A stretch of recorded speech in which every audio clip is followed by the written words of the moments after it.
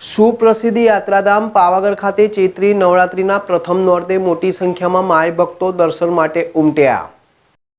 યાત્રાધામ પાવાગઢ ચૈત્રી નવરાત્રિ તેમજ રવિવારે પ્રથમ નવરાત્રિને લઈને પાવાગઢ ખાતે ભક્તોનો પ્રવાહ વધારે હોવાથી જિલ્લા અને સ્થાનિક પોલીસ તેમજ સ્થાનિક વહીવટીતંત્ર દ્વારા યાત્રિકોને સુખ સુવિધા તેમજ સલામતી અને સુરક્ષાને લઈ પોલીસ પોઈન્ટ મૂકવામાં આવ્યું છે, જેમાં પોલીસ વિભાગ દ્વારા અંદાજિત 900 જેટલા પોલીસકર્મી, SRP, હોમગાર્ડના જવાનો ખડે પગે તૈનાત થઈ સજ્જતા સાથે યાત્રિકો પર બાજ નજર રાખવામાં આવી રહી છે।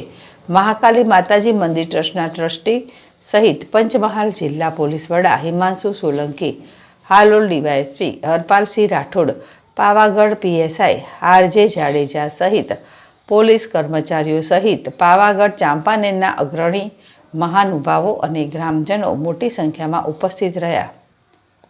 કિરણ ગોહિલ, ZSTV, પંચમહાલ।